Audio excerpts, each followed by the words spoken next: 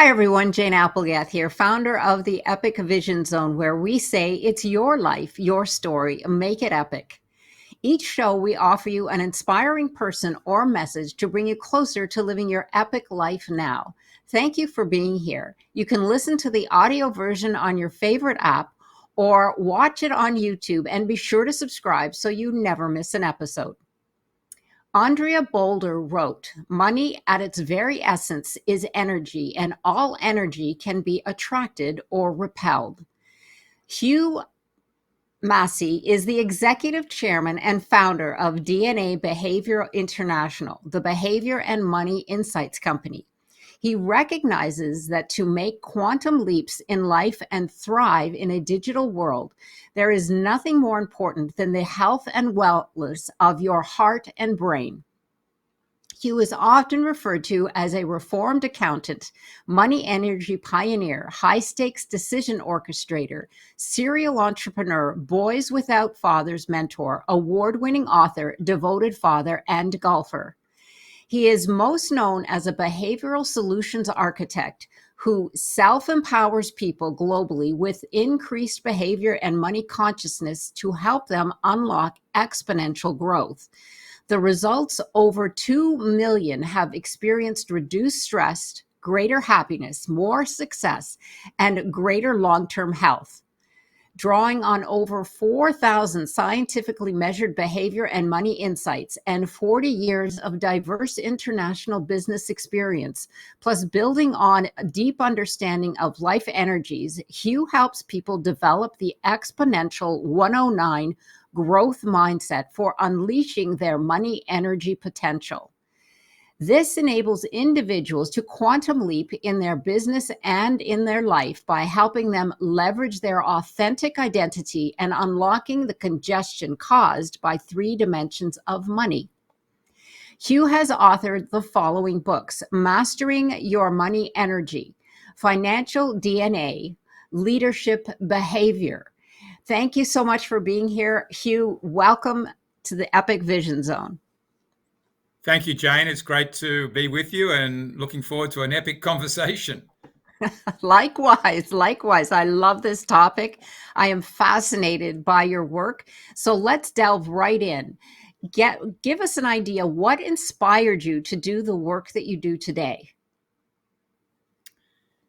Well, I got to say, it wasn't planned. As a little boy, I always had a dream of having a global business. And if I'm being really vulnerable, I used to play with my Lego and my teddy bears and whatnot, and I was always plotting out having a global business. But then I sort of got to a place one day, when I was about 30 years old, and thinking, okay, how am I going to do that? How do I bring the dream to reality? Because it kept coming up, and people are asking me questions like, Hugh, what are you really passionate about? And at that time, I'd just come off being a CPA, or you probably say in Canada, a chartered accountant. That's what we call them in Australia.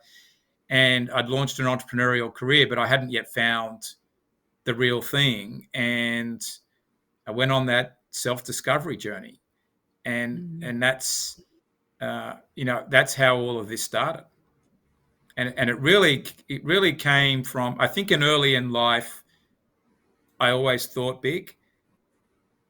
But then it's a question, as I was saying before, how do you do it? And then I realized that, okay, I've got to think big, got to have a big dream, big vision. But then as far as doing it, I always say to people, start small and then finish big. I see others trying to run out the gates with something big and start big, and then they fall flat on their face straight away. That doesn't work. Yeah, absolutely. But go ahead. Yeah, and it can't just be for money. I think that it's got to be purpose-driven. And Jane, I think that's really sort of part of the secret success in life, is that if what you're doing is only about money, and that's your measurement of success, then you're going to fail. You may not always fail in business, but you're going to fail probably in life. It's going to put you on the wrong foundation from the outset. And so I believe it's got to be identity driven and purpose driven, and that's where you find your success formula. Yes, thank you, Hugh. Those are very profound words, and I completely agree. I do believe that we are all here to serve, and our gifts Yeah. are here to serve those that seek them, and vice versa. So, absolutely, because once we tap into that, that's when the attraction begins, and that's when the money begins to flow. But thank you for sharing that, because I do dream big as well. And you're absolutely right. But they say if your dream isn't big enough, it doesn't scare you, then it's not big enough. But so I love that you started out dreaming really big. So we'll delve into some of that as we get going here. So, that being the case, then, what has been the key factor in your business success? So for me, I think it is having the big dream. It's being prepared to be courageous at times and make, what I call quantum leap shifts. To back myself to some degree on instinct, but of course not be stupid. But I've also got to understand that sometimes these things come from within. They come from a dream. You've got a feeling. You've met the right people. I think all of those things, though, all those things are important. But overarching all of that, and what I think helps bring in the success, brings in the connections, and unlocks you to do something big, Jane, is you've got to have a massive transformational purpose, and you've got to be very clear about that, what that is, and stick to it, and then have some goals that come from having that, and a moonshot goal that comes out of you having that massive transformational purpose, or a number of moonshot goals. So that's really important, because there's going to be a lot of days and times when things don't work, and you got to have a very deep passion, and keep pulling yourself out of bed and go at it, and be prepared to reinvent your business plan or the way you're doing things, but never lose sight of what that calling and what that goal is. And that's absolutely vital. Right. I completely agree. I am all about having that vision, and the Yep. vision becomes your roadmap. So, like you said, there'll be times and things can change, and life does change, and situations shift. But if you have that vision and you know that that's exactly where you need to go, then that creates your purpose. That creates the momentum. How you get Yeah. there could weave and dip and turn and get upside down even. But if you wake up the next day and you say, okay, that was yesterday, this is today. I'm grateful for what I have in front of me, and I'm going to put the next step in front of me to get to that vision. So, absolutely, yes. I always say that having a vision is not about wishful thinking, but it's determined manifestation. And so, I Right. And I really, think yeah, and I think the one thing, Jane, that I knew early on, and this is for the benefit of the listeners, and particularly those who are going to go down an entrepreneurial career path, and being an entrepreneur isn't for everybody. right. And we've done, in our DNA business, in the behavioral sciences business, we've done a lot of measurement of this. But I knew I had this piece of the secret that, or the talent that's needed, is resilience, and Mm, that's actually a talent that can be measured, and we've all got different doses of it, and prepare and able to probably withstand different levels of pressure. mhm. But you've got to have enough of that, I think, if you want to be an entrepreneur and to be able to stick out the journey, so long as you've got the underlying passion and that purpose. That's got to be there Ab- too. yes, absolutely. Yeah, absolutely. That's the feeling. That the passion is the energy. That's the like I say, energy in motion, the emotion behind it, and that's what's going to continue to propel you forward. So yes, thank you so much for that insight. So having that, like you said, purpose, that vision, is one of the key factors. And don't be afraid if things change, because life does, but bringing it full circle. Now, we have a question here about exponential mindset. I'm fascinated. Why is having an exponential mindset important for life and business? And give us a little insight into what you actually mean by that. Yeah, and you started to allude to it before. I think it's around the big dream, but and I know you're probably going to ask me about this as well, but people get held back from having self-limiting beliefs, and I think the exponential mindset's the other side of that Mm. is is is to have a mindset that you can have essentially unlimited growth and unlimited potential. And when I started DNA behavior, I thought, okay, if I impacted a million people a year, that would be great. Yeah. But as I unlocked myself, unlocked the plan, and technologies have also moved in our favor now with artificial intelligence and the ability to do so much more than we could before. That number is now a billion, right? So, Mm. for my mindset is about, I've laid out the goal that we want to be able to help a billion people a year be more Mm. informed in their decision making by knowing their talents and their financial behaviors. But Right. I've laid that out, but we can actually do it. We've actually got the platform that's doing that now. But if I hadn't have laid Right. out that kind of exponential thinking, we wouldn't have designed the plan to do it. And that's really what I'm Exactly. getting at. So you've got to think, in a way, it's about thinking beyond yourself, and it's going, you know, to building a dream, and we're putting down a dream, your dreams, and putting it into a plan that's just way bigger than where you are now, and Hmm. saying, what do I need to do, and what convergence of things needs to happen to enable me to do it. And then that changes Right. your thinking about things. And I don't want to say, hey, presto, just magic just happens, because no one's really an overnight success. But by me changing the goal, we thought about the problem differently in terms of how we serve Mm. people, what technologies we needed, but all the pieces were there. And 20 years of work now culminates in being able to do that. Right. But that's because I changed my mindset, but also the mindset of my team. Yes, absolutely. And you're absolutely right. Having that advent of technology today, and of course, it's expanding exponentially every week. Yeah. In fact, it's going to get, well. It is. I work with some individuals who are into all of the tech revolution, so to speak. And yeah, it would blow our minds if we knew half of what's already out there. We just need So to it is catch up with changing. it. It sort of is changing weekly, but I would say that you've got to be doing a quarterly review.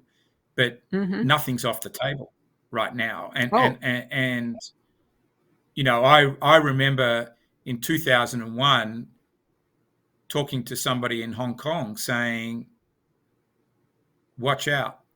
One day you're going to be wearing a watch that's going to measure all of your biometrics, have know everything about your life, or be able to help you see every aspect of your life." Now, that's in 2001, and there was nothing like that there in existence then, but it is now. I mean, Yes. I'm wearing the devices that are essentially doing that for me. Now, I don't know where that thought came from, but that that came and it was in a conversation. Now, I didn't Hmm. go down the path of biometrics and longevity in that way, although I do speak to a lot of people about it, because longevity has a lot of implications for how people deal with money, uh, because we're all going to live longer. Yep. And we're working on a solution with a business partner on that right now. And so I think that's the exponential thinking. And today with technology, I think any thought that hits our heads is really off the table. That it all can be done. It's just a matter of how quickly. Exactly. Yes, it And you is want to be in the exciting game times. doing Yeah, doing exactly. something. Absolutely. I agree 100%. I love this. It's don't limit your limitlessness, Yep. because that's what we tend to do.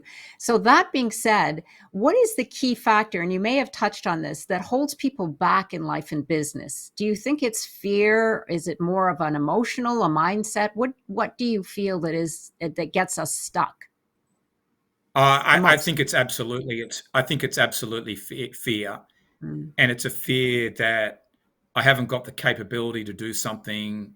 I haven't got the skills or talents. Um, it's a fear.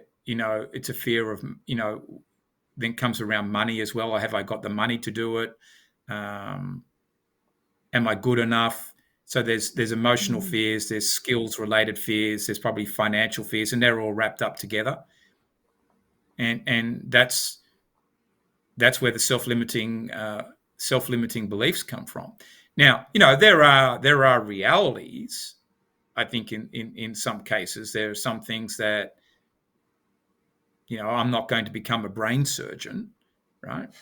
But that doesn't mean I can't find, through my purpose or massive transformational purpose, I can't find my place right. to do something in the Absolutely. medical arena.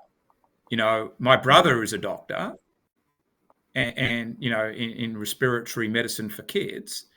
I'm not mm, medically trained, but I've got to understand a lot about biometrics and what causes issues in life. So I'm playing my role in people's longevity in a different place. right. Yes, absolutely. Finding your place. And that's because as we grow older, Hugh, I've noticed that, you get caught up in life, you have responsibilities, you have family, you have a Yeah. job, because you've had to pay the bills. And then a time comes when maybe you've got the space or the time, and someone says, like you asked, what's your vision? What's your big dream? What do you want to do? And we haven't been asked that question for decades, you know, and Yep. you just kind of get like, I don't know. Nobody's asked me that question. So it's interesting because we're now in an era where things are possible. So many more things are possible. And because we have the advent of, like, we're right here talking. You're in Atlanta. I'm in Arizona. Like you said, you speak with people in China. I've spoken with people all over the globe as well. I mean, we've got so much more technology that's able to provide us with the possibilities and the opportunities that are out there. So yes, we do have that capability to think bigger. It's just giving Yeah, and, and, ourselves and I that think chance. what I'd say with that, Jane, is that one thing I believe in is energy forces and Mm, seasons in life. And sometimes we are, while I believe in self will, we're also driven a little bit by the circumstances that we're in, by nature. And so not everybody's going to be successful at 20 years old and unlock all their potential at that age, like Mark Zuckerberg did. But others might start doing it when they're 60. But nothing's off the table. You don't have to. Gone are the days, certainly in this world, where you say, okay, I'm somebody's 60 years old and therefore they can't do something, right? mm, There's still plenty of time left. That's the great thing also about longevity. It gives you more time to go, if you're healthy and you've got the right mindset, to still go and have major impact. But I think uh, so it's not putting any beliefs up about time, but there is a right time for all of us, if that makes sense. So there yes, are going to be patches in your absolutely. life where that thinking is just not going to happen, right? As matters how hard you try. You might have the ideas, but they're not going to unleash themselves. But there's another time in your life where it all unleashes. The key Right. is to always be Yes. thinking, dreaming, and being out there, and eventually these things unfold. Exactly. The alignment comes in 100%. Well, speaking of that, what are the quantum laws of money energy? Well, you just touched a little bit on energy, but I am really fascinated by this. So let's delve into that. Yeah. So when I was doing the work on the meaning of money and people's relationship to money a couple of years ago, and I'd always talked about the fact that money has an energy, and how much energy does it have? Well, I sort of aligned it to Albert Einstein's um, you know uh, energy formula, and you know, in a way, which is a quantum maths type formula. There is no real ceiling to how much we can have, but it is also based around the person that you are. There's no limit in the context of the person that you are. And it's about how do you integrate money into your life. And what the quantum laws of money are, it breaks down the formula that we have in the Money Energy booklet. You can go and download that off our website, that takes you through 40 steps that you need to pull together or to work on to unleash the maximum amount of money energy that's going to come in your life. Now, that may not always translate for everybody into $1 billion or billions of dollars, but there is unlimited potential for each of us. But it is also talking about aligning, for example, your health, right? Mm. Nothing good is going to happen if you don't have good health, right? Your life's going to get cut short. What's the point of being Steve Jobs? Okay, he did a wonderful job in building Apple, and we've all got the benefits of it today if you use the Apple products. I happen to use Samsung, but I think that what he did, it's massive. But he died at 56 years old. Do you Mhm. want to be that? So looking after your health is something that's really important. Looking after your relationships. What's the point of being wealthy and then handing half of it back into divorce and living with all the misery and everything that goes on around that, and the the fractured relationships that you have for the rest of your life? And that can close doors too. And so, and what opens doors is Mm. getting your purpose right and building the right relationships with people that are going to come and flow from that. And I found that the closer I've got to my purpose, my calling, and specific about that, it's amazing what doors open up, and when they open up, and how they open up. And so there are 40 laws really of living, if you want to call it that you Right. need to get in touch with if you're going to be successful. But all of them, one of the key points of it is all of them are an investment in some way. They're not all an investment of necessarily money in terms of writing out a check or doing a Venmo transaction, but they are an investment in some ways in your life to get your life totally aligned in all aspects. Right. Yes. Because you are investing in yourself. I mean, that's really Correct. what it is. Because if your health isn't there, if your relationship is broken, if you're working a career that it doesn't resonate with you, all of those are part and parcel of the energy you are emitting, and that energy doesn't attract and it's not necessarily, I like to say, it's abundance. Because if you're Yep. abundant in life, you're abundant in your relationship, if you're abundant in your purpose, you are going to attract all of those things, because Yeah, and I as think you it is. believe It that. is. Yeah, Go it is ahead. abundance. I think that's one word that wraps it all up. And Right. and and and abundance is a mindset. And Yes. you can have a scarcity mindset, which is based on fear, or a poverty mindset, or you can have an abundance mindset.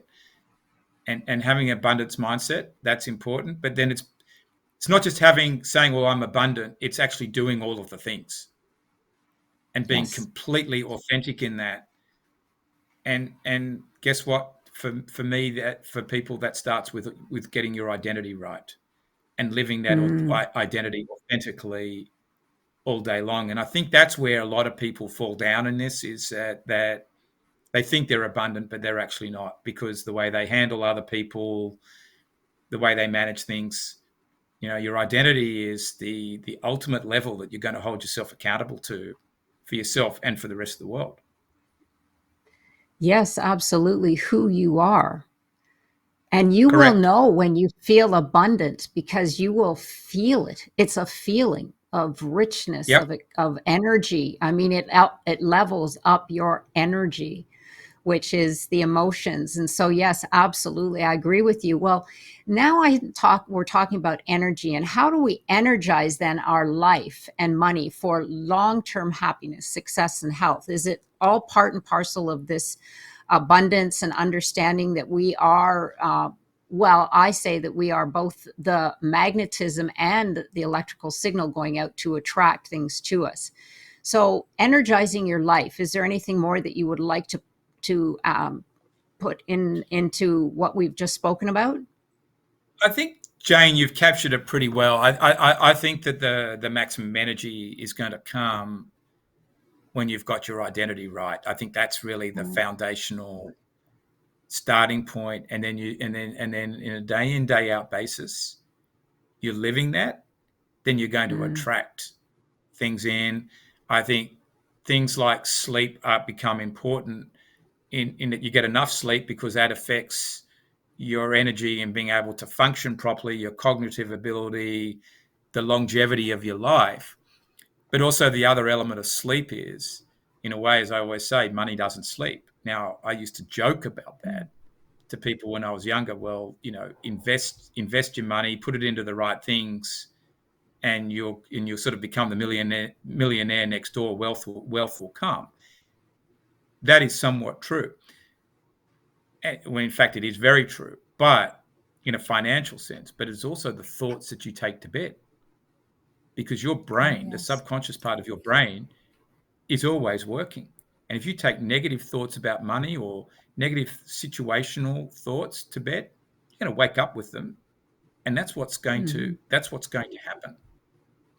Yeah. In somewhat, Yeah. you bring those things into your life, and um, that's problematic. And so that's where, you know your energy management is so important in terms of your mindset, in Yes, your waking absolutely. conscious life and in your unconscious life when you're asleep. Yeah. Oh yeah, absolutely. That certainly. I thank you so much for sharing that. That going to bed and your thoughts, because yes, we need to be cognizant, or conscious. Really, awareness is key to a lot of. I always say, live it till you believe it, and just Yep. every moment, every day, just sit back and say, okay, is that serving me? Is that something that I want to? That is up leveling my life, or feeding my energy, or keeping my mindset in a good space.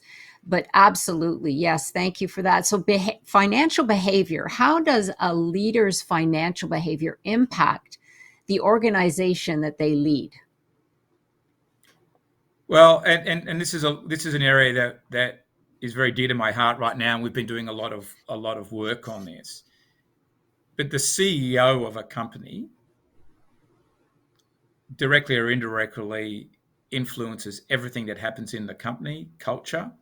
um, the key decisions that get made, the company direction, and his or her money mindset is going to be part of every decision Mhm. that he or she makes, the energy that he or she gives off in the business, and then every policy and procedure that the company has. And I think when you look at companies that fail, there's been some pretty poor financial decision making going on, and the Mhm. CEO's hands are directly or indirectly all over it. And I'm not talking about petty payroll fraud or anything like that, although that probably comes from the CEO's energy too, because somebody feels, upset about a situation or not being recognised or whatever. But there are criminals, so put aside that. but pretty well everything else that happens in the company is coming from the CEO and then the leadership team's energy, but the leadership team is picking that up off the CEO. Right. And, if you break that down, it's spending habits inside the company. And if too much money is being spent on the wrong things, that chokes the company. And it's also how a company innovates and how it's going to invest in innovation, how it creates products that are market leaders with a high gross margin, for example, having plenty of products. They're all key financial decisions, but they're also metrics that you can measure the Mm-hmm. success of a company. And so you can align that back to the CEO's style and the people that he or she has picked to be around them as the senior leaders. And then it breeds into the culture of the company. And so, a good company would have the right incentive plans all the way down to the bottom, grassroots, production related employees, where they should all be on board for achieving a common set of goals. Right. And so this is quite structural. But I think that there's a lot of leadership training going on out there and talking about emotional intelligence and things like that, which we've done all that work at DNA behavior. I've written a book, the Leadership Behavior DNA book, about that, which is all very important, right? If you have the wrong, levels of psychological safety in the business, poor levels of psychological safety and engagement, that doesn't help your business. But that usually gets crushed by the wrong financial behaviors. And just look at Yeah. Boeing. For anybody right now that wants to really understand this, go and listen to the Netflix, watch the Netflix movie about Boeing. And there's a great company that's been destroyed by the financial behavior of its leadership. Yeah. Yeah, it all flows down from the top. There's no question about it. There's no question. But Yeah, that being the case, absolutely. then, Yeah, yeah, it all flows from the top. Yeah. When you have disgruntled employees, it doesn't matter if you're in a company as big as Boeing or in a restaurant in the service industry. You can usually tell if the leadership is working, because the employees are either happy or they're very disgruntled and angry. And it doesn't serve the corporation, it doesn't serve the customers, it doesn't serve the employees either. So yes, it flows down from the top. But that being the case, then, Hugh, how do you help individuals and groups improve their decision making? well, our approach to it is that every person goes through psychometric measurement of who they are. So we've built proprietary psychometric systems to uncover pretty quickly, within 10 minutes, of what each person's innate, hardwired behavioral style is, how they make decisions under pressure.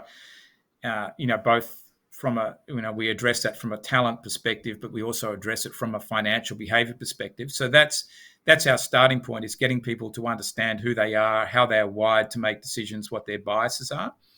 And while that process takes about 10 minutes online, that's the mainline exercise we have that gets you to a 97% accuracy level of scientific measurement. We've built systems now where we can do it quicker than that, to give you a sort of a more approximated idea at 75 to 80% by answering just a few of the questions. Or in fact, we can use artificial intelligence to do this now as well. That's the game changing thing that we've done. Again, back to exponential thinking. We've used AI, can answer our questionnaire about any person, actually. But I would say, but that is the thing, is that we are measuring the behavior. And if you don't use measurement, then everything stays invisible and people don't know, and they'll keep on the same wrong path, if you want to call it that. Measurement sort of brings visibility and helps awareness, and it tells you where you Mm, are in relation to everybody else. And that's the reason to do it. Otherwise, it's just a guessing game. yes. And you then get Yeah. a leadership team in a room together, and the strongest person's voice in the room is going to prevail, right? And everybody else is going to nod. Okay, I'll just agree. Or you've got we do a lot of work with financial planners and families or individual investors. If you don't go through this type of exercise and, in a way, democratize the situation or level the playing pitch, the planner is just going to say, well, my opinion is, my advice on all my experience is, Mr. or Mrs. Client, you should do X in your situation. But does the planner really know who the client is or actually really know Mhm. the client's situation? A lot of the time, no. No. It's actually what he or she wants to happen based on their biases. Right. And that doesn't help decision making. No, not at all. Well, that being said, it's fascinating. I love that it brings the awareness to the individual and to the person who is serving them. Once you have this behavioral breakdown, and let's say it brings awareness not only to the good but possibly the bad. Can I know your behaviors can change? Do you train individuals in that area as well to help them Yeah. understand that these behaviors are, emitting, they're not serving you, but they can be switched or changed over time into something more positive? So what we always do is, Jane, is that we show people what their natural hardwired strengths are, and coming from the strengths or the strengths overplayed are the struggles. So what we want to do is get a person to understand and accept all of those, and then what are the strengths that they need to use in the particular situations they might operate and live in. That's where the training comes in, and to manage the struggles. We're not about changing a person outright from who they are to Mm-hmm. be something that they're not. It's more about understanding these are my strengths, this is how to capitalize on them, but to also ensure that they're not overplayed in the wrong situation and cause a struggle.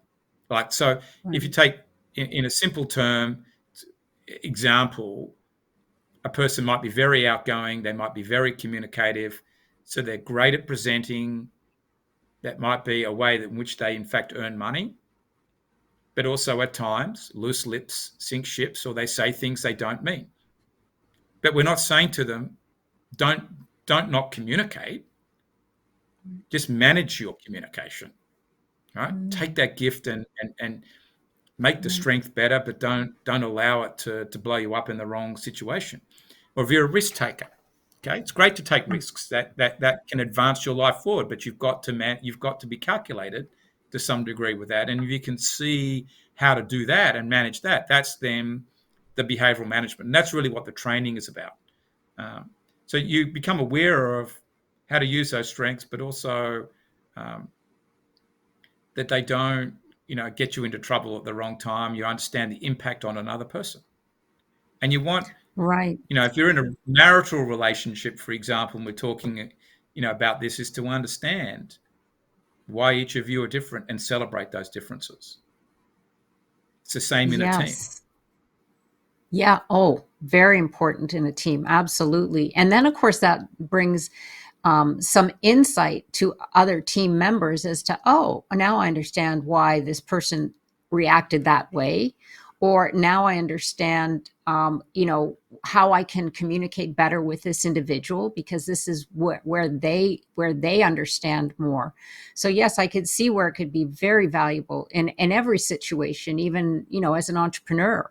This is why I've been holding back because this is where my ingrained behavior.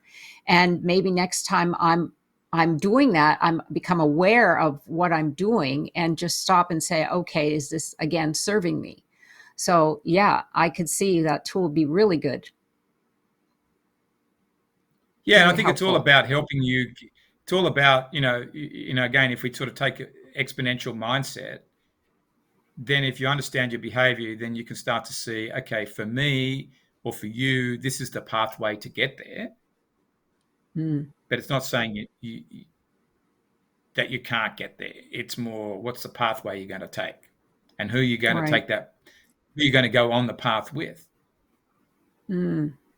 Yes, absolutely. I could see the value, so much insight and value into that. So then why are money conversations so difficult and how can we improve them? Because that's a very touchy topic. I used to be in the financial industry and they often say blood is thicker than water, but I say money is thicker than water when you're dealing with people's money. But Well, yes, money is how do we very, go ahead? yeah, money is very touchy. We're all brought up with different belief systems about it.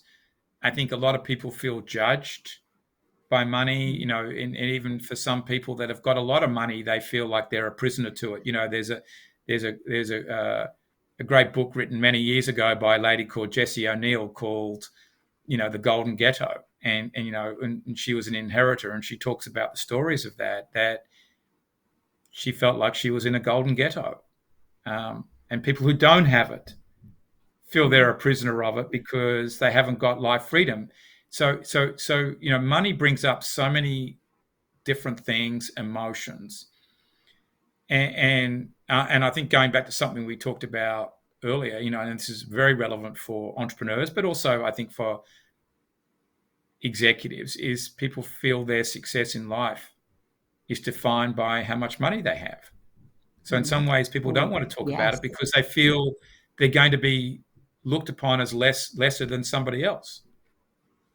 And and so the way to have a money conversation is actually to not talk about money itself at the start. Like, and I know there's a lot of financial planners out there that ask their clients pretty much up front, what does money mean to you and why is it important and what are you going to do with the money? And we've got very deep into a goals conversation about money far too quickly.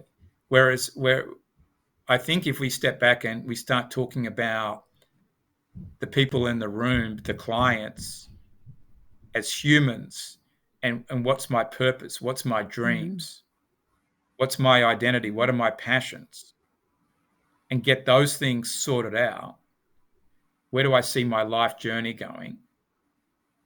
What are my desires? That's not a bad word to use because goals, a lot of people have a lot of trouble with the word goals. If you get those things sorted out and defined, the money piece then becomes a lot easier to address. It's not saying that you don't ever talk about money, because at the end of the day, it's a reality of life. It has got to be addressed, but it's Mhm. not the first part of the conversation. And you take people Yes. off track straight away. They'll shut down. They'll be emotional. Walk out of the room. Whatever's going to go on. Don't or people are prepared to have it, but they're going to put up walls and not tell you everything, and that's another problem. And that's why, when Yeah. I had my wealth management business in Australia, Jane, and I had become an entrepreneur, and I started to figure out that, if I was going to serve my clients well, I really needed to know who they were as a person. That's when I really brought in the psychometric assessment as part of understanding somebody's life journey to get them talking about that. And guess what? The money conversation just unfolded. I didn't need to do much. It's just a matter Right. of trusting in the process, and Exactly. and I think that's where the financial services industry has a problem, because a lot of the advisors don't actually trust the process, and they're more thinking Yeah. about the product sale rather than the client relationship part. And if you do the client relationship part well, the money will come. Yeah. Absolutely. Yes. The humanness of who we are, that in and especially in a lot of different cultures, we get judged by the stuff that money Yep. buys, that the Yeah, status and people are symbol. making those. Yeah, and people are making those assessments all the time. People are saying, "Oh, I want to move into that neighborhood because I'm going Hmm. to be around these types of people," and then they get disappointed when they realize they're not the wealthiest person in there. There's always someone who's got more money than you. There's always somebody who's got more toys than you have, whether it's cars, boats, second homes, going on holidays, watches, whatever. But are they happier? Are they going to live a better life? Most of the time, not. No, no. In fact, And you I've don't know what interviewed misery some they're that, going through. yeah, and I've interviewed some that have been there, and they've become enlightened, so to speak, but they had it all, and they said, Yep. I was unhappy. I wasn't, Yeah. but that's the light bulb went on finally, because I guess we try to buy our happiness sometimes, and it's not until we do all the things that we thought would make us happy and buy all the stuff that we thought would make us happy and get the relationships, etc., and then it's like, well, that's not working. What's the next solution? Exactly. It's like But I I agree was with doing a you. podcast. Yeah, I was doing a podcast last week, just like this, and somebody asked me, "What's the worst money decision you ever made?" And I said, "Well, I always had a dream as a kid that I wanted a Mercedes Benz by the time I was 30. Now I went and got a Saab convertible when I was 30, but when I was 34 or 33, I went and got a Mercedes convertible. But you know what? It was the most empty experience I ever had. Mm, The car. interesting. After 3 months, this was this was. I knew this was serving me no purpose whatsoever. And why and the earth had I done that? I could afford it, Yeah. but it wasn't an issue of affordability. It was just it, I had got it for all the wrong reasons. Right, right. Yeah. Well, yeah, that's comes full circle, right? Because you realize that that doesn't, but I understand that you had that dream, and so when you did get it, it's like, well, no, that's not it. But it sometimes we have to just do that and remind ourselves that, okay, well, I did it and I found out that that's not who I am.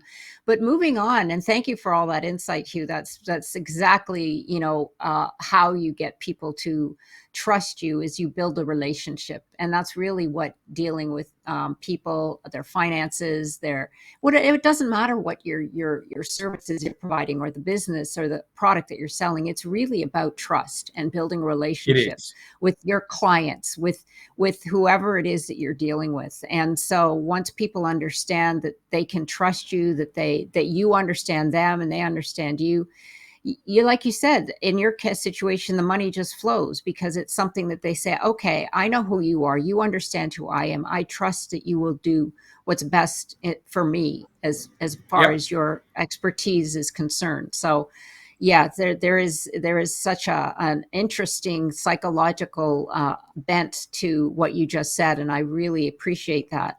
So now tell us why mentoring boys without fathers is so important to you. I'm really interested. Well, I was a boy without a father, and my father Mm, died when I was one. And as I went along my life journey, I came to see that that had some very traumatic effects.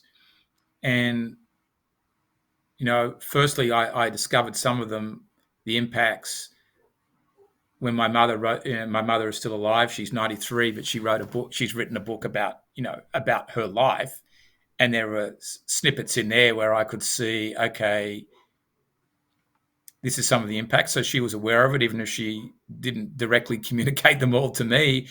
But a couple of years ago, I was doing podcasts like this with some of our clients around identity. We're sort of doing identity conversations, and I take people right back to the start of their life. It happened that 6 in a row were with men, and I knew some of them quite well, who didn't have a father early in mm, their life.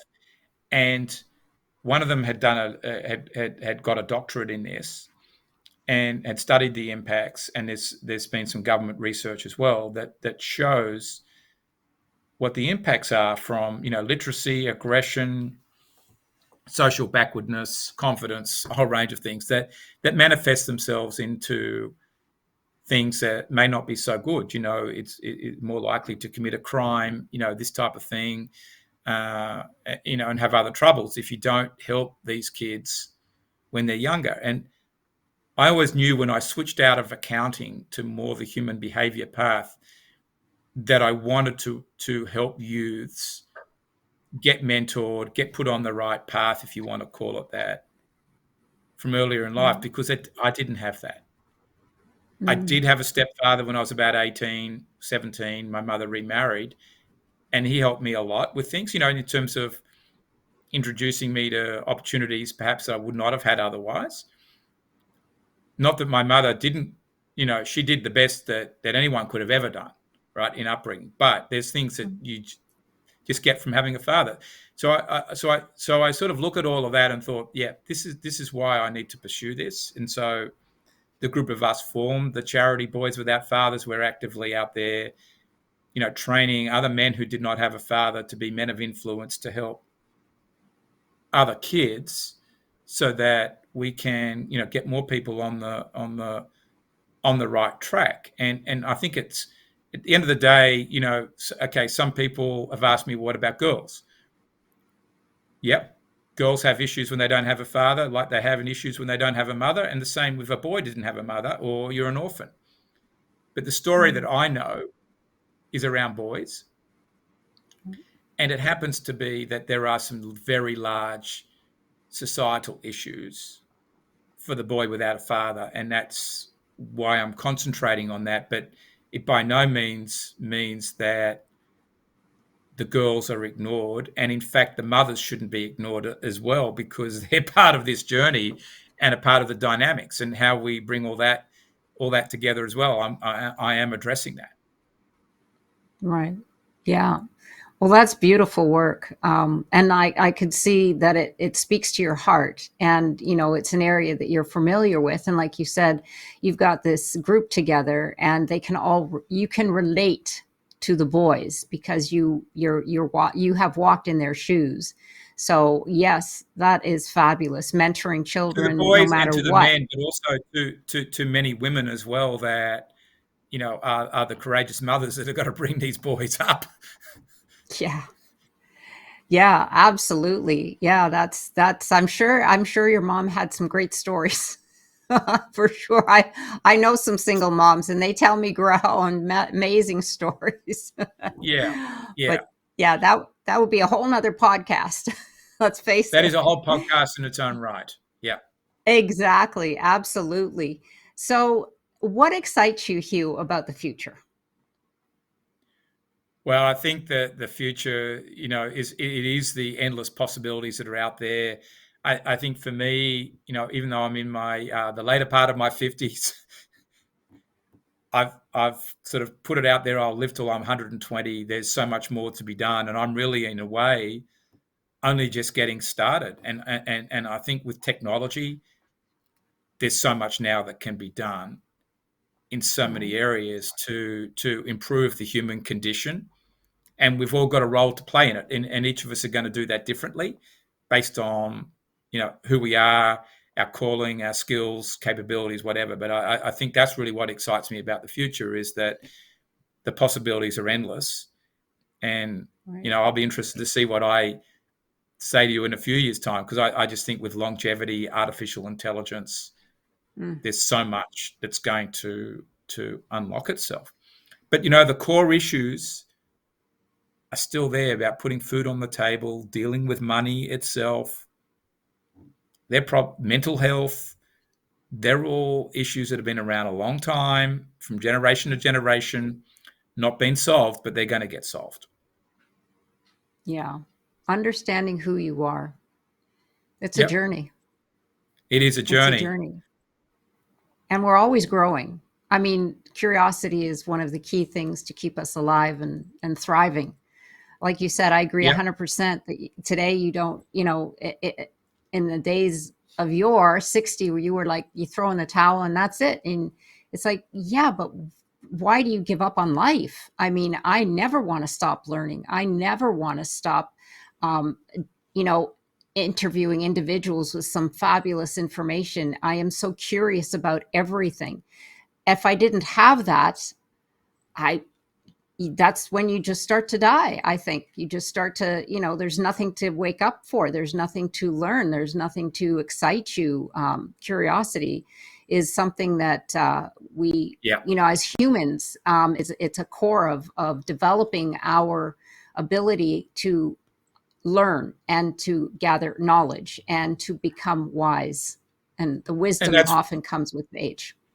and that's why retirement's got to be managed so carefully, and what your attitude to retirement Yeah. is. It's got to be Yeah. managed so carefully, and this is really going to become, dealing with retirement is going to become one of the mega trend areas if it hasn't Yep. already. Uh, Oh, yeah. And like I say, that word's not even my vocabulary, retirement. And more, like, I no, agree with you, more and more people are, we're not stopping at 60. We're just getting started. This is this is just another chapter. correct. Yep. There's no ending. There's just beginnings. Yep. It's just another beginning. Yeah, that's Yep. that's what I like to say. Absolutely. For sure. Well, Absolutely. Hugh, tell our audience where they can find you, your books, and the courses. And you mentioned one of the, you can go on there and get some information for free. So just share that with our audience, and we'll have that all available on the bio So, pages too. yes, so everything you want to find about what I talk about, what I say, do, offer is at dnabehavior.com. So just go there, and particularly if you're interested in the money energy part, you can download the ebook there, as an ebook on about money energy. But there's plenty of other resources as well, and then there's the other books, financial DNA and leadership behavior DNA that are there. So wherever you are in the journey of life and what you want to do, we've got something there for you that's useful to read and to grow. And you can Wonderful. also do Well, the DNA assessments there as well. oh, wonderful. I'll have to check that out. I'd really love Yeah. to look at that and find out all the strengths or the assessment that it comes up with. So, because we're here on the Epic Vision Zone, Hugh, I have one last question for you. If your life were an epic story, what would the title be? So as of today, it would be do not be the victim, be the victor. Oh, be the victor, is what you said. Yeah. Yeah. Right? Yeah. Be the Okay. victor. Yeah. Do not be the Ah, victim. Do not be a victim of your circumstances or your beliefs. Be the victor. be the victor. Yes, I love that. Yeah, I thought I heard do not be the victim, be the victim. And I was like, what? No, no, no, no, no, not the victim. Yeah. Absolutely not. No, no victim mentality allowed. I'm with you there. I was just like, maybe there's some hidden meaning to what he just said. So I would that anyway. I love that title. Do not be the victim, be the victor. Absolutely, Yep. 100%.